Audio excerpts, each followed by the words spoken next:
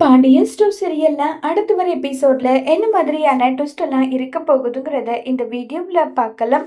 கதிர் வந்து ட்ரீட்மெண்ட்டுக்கு முத்துவேலை கரெக்டான நேரத்துல வந்து சேர்த்துறாங்க. கதிர் வெயிட் பண்ணிட்டு இருக்காங்க. அப்போ சக்திவேலு, குமார், பழனி, வடிவு 4 பேருமே வராங்க. வந்ததுமே டே எங்கடா இருக்காரு அண்ணன், எங்க இருக்காரு அண்ணன், எவ்வளவு தைரியம் இருந்தா என் அண்ணனுக்கு இப்படி ஒரு பிரச்சனை இருக்குன்னு தெரிஞ்சோம் ஏடா சொல்லலன்னு சொல்லி கேட்டுட்டு இருக்காங்க. உடனே நர்ஸ் வராங்க. இருங்க, இப்ப எதுக்காக சத்தம் போட்டுட்டு இருக்கீங்க, எப்ப பாரு நீங்க வந்தா மட்டும் இப்படிதான் சத்தம் போடுறீங்க, முதல்ல இங்க இருந்து போங்கன்னு சொல்லி சக்தி மேல வந்து திட்டுறாங்க. உடனே டாக்டர் வராங்க. டாக்டர் வந்ததும் டாக்டர் என் அண்ணனுக்கு எந்த பிரச்சனையும் இல்லைல்ல, அவர் நல்லா இருக்காரு தானே சொல்லி கேக்குறாங்க.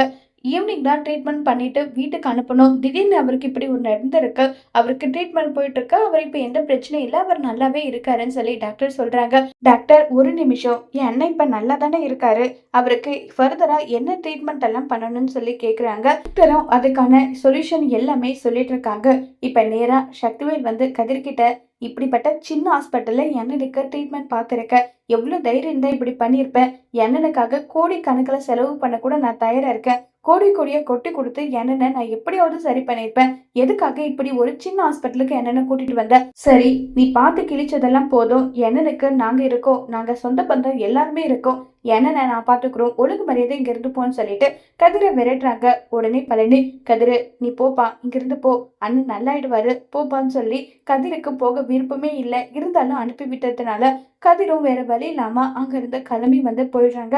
இப்ப நம்ம கோமதி, ராஜு 2 பேருமே தூங்காம கூட அழுதுகிட்டே இருக்காங்க. உடனே மீனா வந்து அத்தை இப்படியே அழுதுகிட்ட என்ன அத்தை, எதுக்காக அத்தை இப்படி பண்றீங்க, தயவு செஞ்சு கொஞ்ச நேரமாவது போய் படுங்கன்னு சொல்றாங்க. இல்ல, அப்பாவுக்கு என்னாச்சு ஏதாச்சுன்னு தெரிஞ்சுக்கிற வரைக்கும் என்னால தூங்க முடியாதுன்னு சொல்லிட்டு ராஜி அழுதுட்டே இருக்காங்க.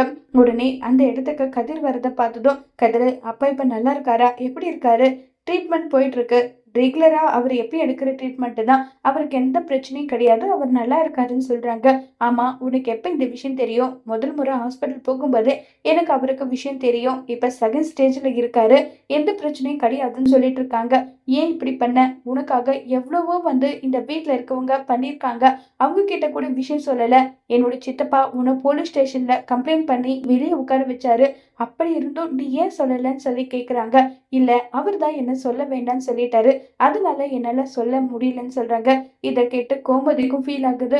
பயங்கரமா வருத்தப்பட்டுட்டு இருக்காங்க பாண்டியன். பாண்டியன் தூங்காமையே உட்கார்ந்துட்டு இருக்காங்க. கோமதி, ஏங்க இன்னும் தூங்கலையா, இல்ல கதிர் சில நேரத்துல அடங்கா விதமா சிலது பண்ணுவான், இருந்தாலுமே அவனை வந்து எனக்கு ரொம்ப பிடிக்கும், ஒரு சத்தியத்தை நிறைவேற்றுறதுக்காக எவ்வளவு பிரச்சனை வந்தாலும் போலீஸ் ஸ்டேஷன்ல உட்கார்ந்தாலுமே அந்த விஷயத்த பத்தி மூச்சு விடல பத்தியா, நிஜமாவே கதிர் என்ன மாதிரிதான் சொல்லிட்டு கதிர அவ்வளோ பாராட்டிட்டு இருக்காங்க பாண்டியன். இதை கேட்டு கோமதியும் சந்தோஷப்பட்டுட்டு இருக்காங்க. இப்ப முத்துவேல் ஒருவேளை கண் முடிச்சு கதிர் எங்கன்னு கேட்டா அதுக்கு சக்திவேல் என்ன சொல்ல போறாங்க, அதுக்குள்ளவே பழனி எல்லா உண்மையும் சொல்லுவாங்களா இல்லையங்கிறத வரப்போற எபிசோட்ல வெயிட் பண்ணி பார்க்கலாம். தேங்க்யூ.